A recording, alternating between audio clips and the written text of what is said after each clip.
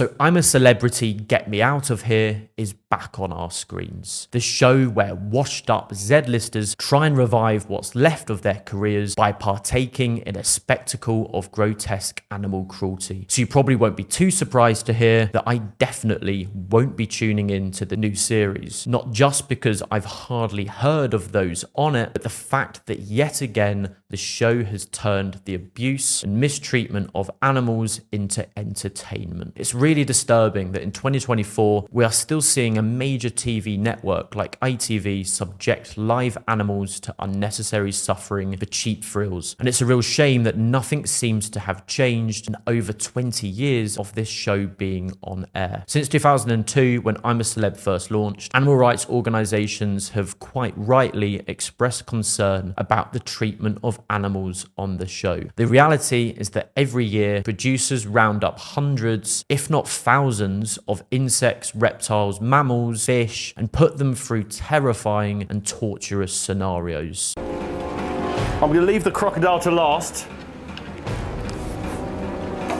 What are the odds it's underneath its head? Oh, there you go.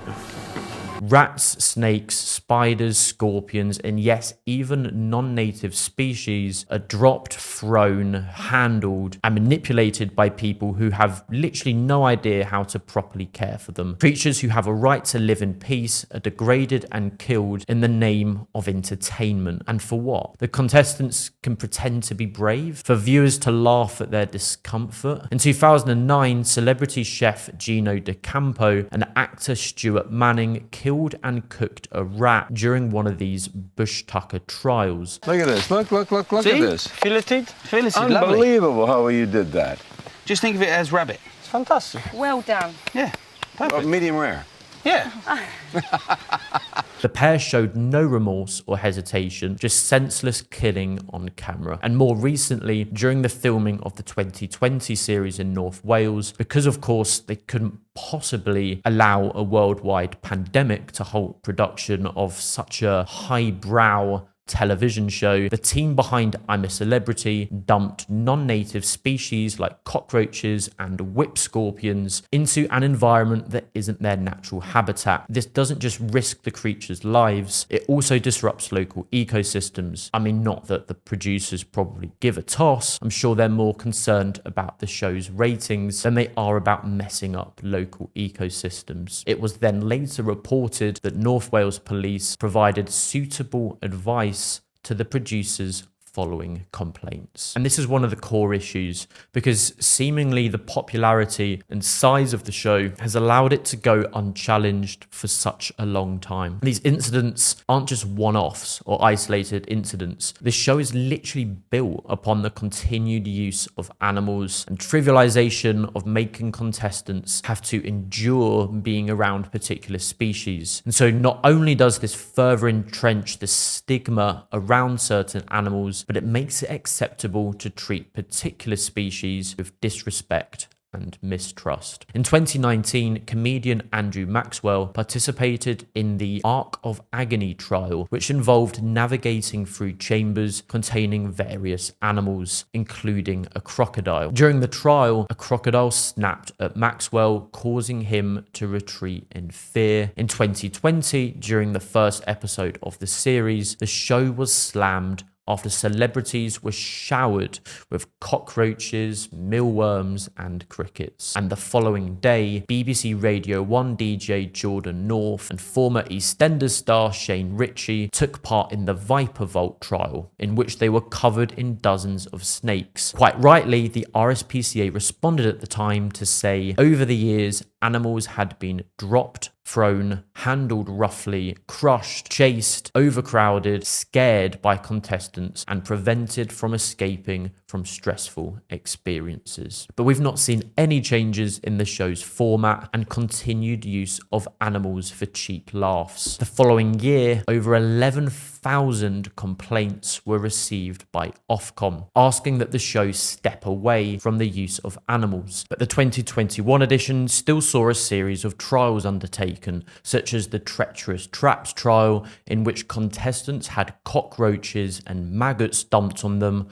whilst rats scurried around too, much to the amusement of Ant and Dec. In such conditions can be stressful for the animals involved. It is frankly ridiculous and depressing that this even needs to be said when it is so obvious that none of these living beings are there by choice, but they're forced into these really unnatural situations with panicked idiots shrieking next to them. No surprises then that in the 2022 season of the show, animals continued to play a central role in many bush tucker trials, sparking further criticism from animal rights organisations. Filmed back in the Australian jungle for the first time since the pandemic, this season saw the return of trials featuring a variety of live animals and insects, leading to yet again thousands of complaints from viewers and activists. The flooded rooms trial saw contestants navigate rooms filling with water that also contained live animals such as eels and small fish. Placing aquatic animals in shallow, confined tanks for dramatic effect can obviously cause stress and discomfort, showing that yet again, no lessons are being learned from previous series. In 2023, the show saw yet more challenges involving animals, such as that of the Scarina challenge. This trial involved celebrities navigating through confined spaces filled with snakes and lizards. The close proximity and handling of these reptiles in unnatural settings was quite rightly criticised for causing potential harm and distress to the animals involved. And last year saw Chris Packham write an open letter